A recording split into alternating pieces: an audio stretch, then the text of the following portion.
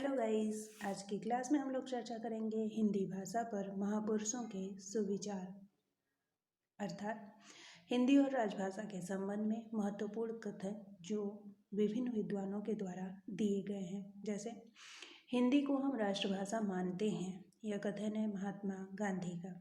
अगर स्वराज्य अंग्रेजी बोलने वाले भारतीयों का और उन्हीं के लिए होने वाला हो तो निसंदेह अंग्रेजी ही राष्ट्रभाषा होगी, लेकिन अगर स्वराज्य करोड़ों भूखे मरने वालों, निरक्षरों, दलितों और अंत्यजों का हो और उन सब के लिए होने वाला हो तो हिंदी ही एकमात्र राष्ट्रभाषा हो सकती है। यह कथन है महात्मा गांधी का। मेरी आंखें उस दिन को देखने को तरस रही हैं जब कश्मीर से कन्याकुमारी तक सब भारतीय एक भाषा हिंदी समझने और बोलने लग जाएं। यह कथन है महर्षि दयानंद सरस्वती जी का। हिंदी अखिल भारत की जातीय भाषा या राष्ट्रभाषा बनने योग्य है। यह कथन है केशव चंद्र सेन जी का। अभी जितनी भाषाएं भारत में प्रचलित हैं उनमें हिंदी भाषा लगभग सभी जगह प्रचलित है। हिंदी को अगर भारत की एकमात्र भाषा बनाया जाए तो देश में एकता स्थापित करने का काम सहज और शीघ्र संपन्न हो सकता है। कथन है केशव चंद्र सेन का। इस समय देश की एकता के लिए हिंदी अनिवार्य है। कथन है राजा राम मोहन राय का।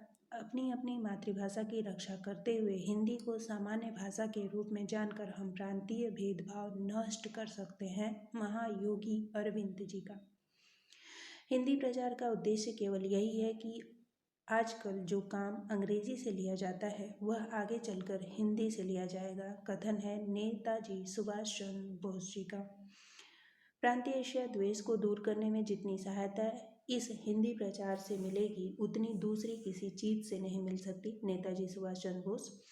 हिंदुस्तान की सभी जीवित और प्रचलित भाषाओं में मुझे हिंदी ही राष्ट्रभाषा बनने के लिए सबसे अधिक योग्य दिख पड़ती है। यह कथन है सर टी विजय राघवाचार्य जी का।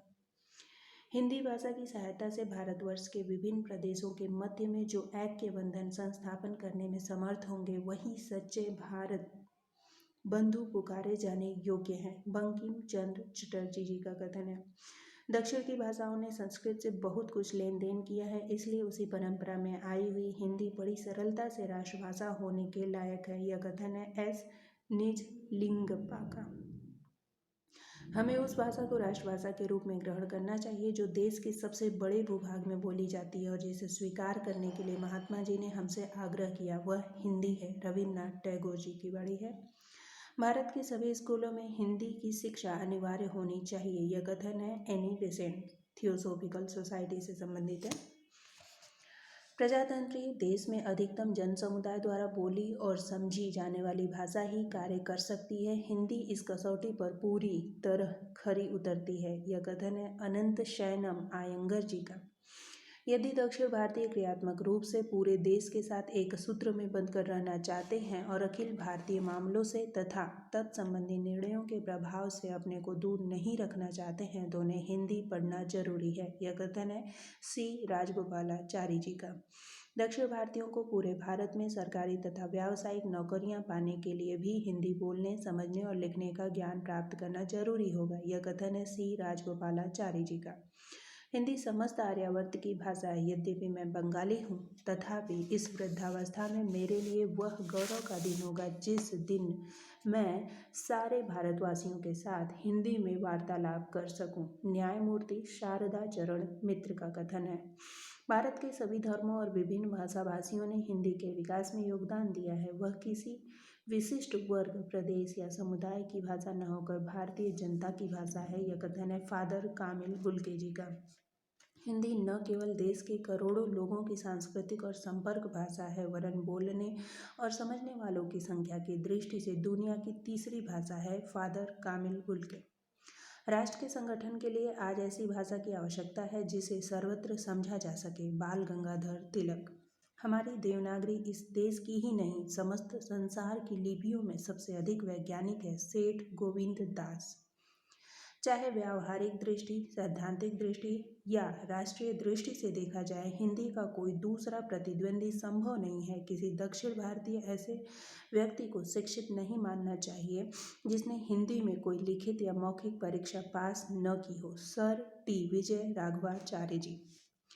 मैं हिंदी के प्रचार, राष्ट्रभाषा के प्रचार को राष्ट्रीयता का मुख्य अंग मानता हूँ। मैं चाहता हूँ कि यह भाषा ऐसी हो जिसमें हमारे विचार आसानी से साफ साफ स्पष्टतापूर्वक व्यक्त हो सके। राष्ट्रभाषा ऐसी होनी चाहिए जिसे केवल एक जगह के ही लोग न समझें बल्कि उस देश के सभी प्रांतों में सुगमता से पहुँचा सके। राजर्षि पुरुषोत्तम दास टंडन। राजर्षि पुरुषोत्तम दास टंडन जी को हिंदी का प्रहरी भी कहा गया है। भारत को एक सूत्र में बांधने के लिए हिंदी को ही राष्ट्रभाषा होना चाहिए, यह कथन है जवाहरलाल नेहरू जी का। आपको मालूम है कि इस राष्ट्र के लिए राष्ट्रभाषा की सख्त जरूरत है। हिंदी भारत की अधिकांश जनता की भाषा है, इसलिए कांग्रेस ने उसे राष्ट्रभाषा मान लिया है। कथन है जवाहरलाल नेहरू जी का। हिंदी और उर्दू में कोई अंतर नहीं है सिवाय इसके कि हिंदी नागरी लिपि में लिखी जाती है और उर्दू फारसी लिपि में। जवाहरलाल नेहरू जी का कथन है।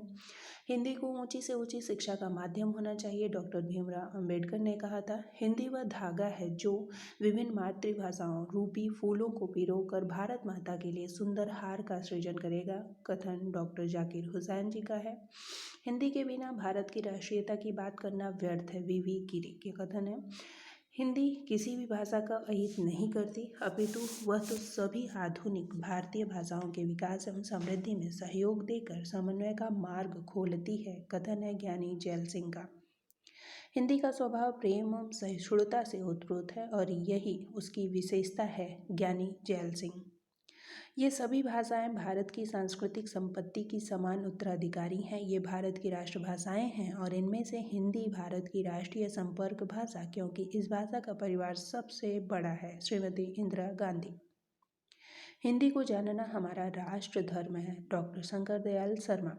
मैं कुंजी कहता हिंदी को खुलता, जिससे सामूहिक मन क्षेत्र वित्त से उठकर ही हम कर सकते जन राष्ट्र संगठन। सुमित्रा नंदन पंत। लोकायतन में इन्होंने कहा था।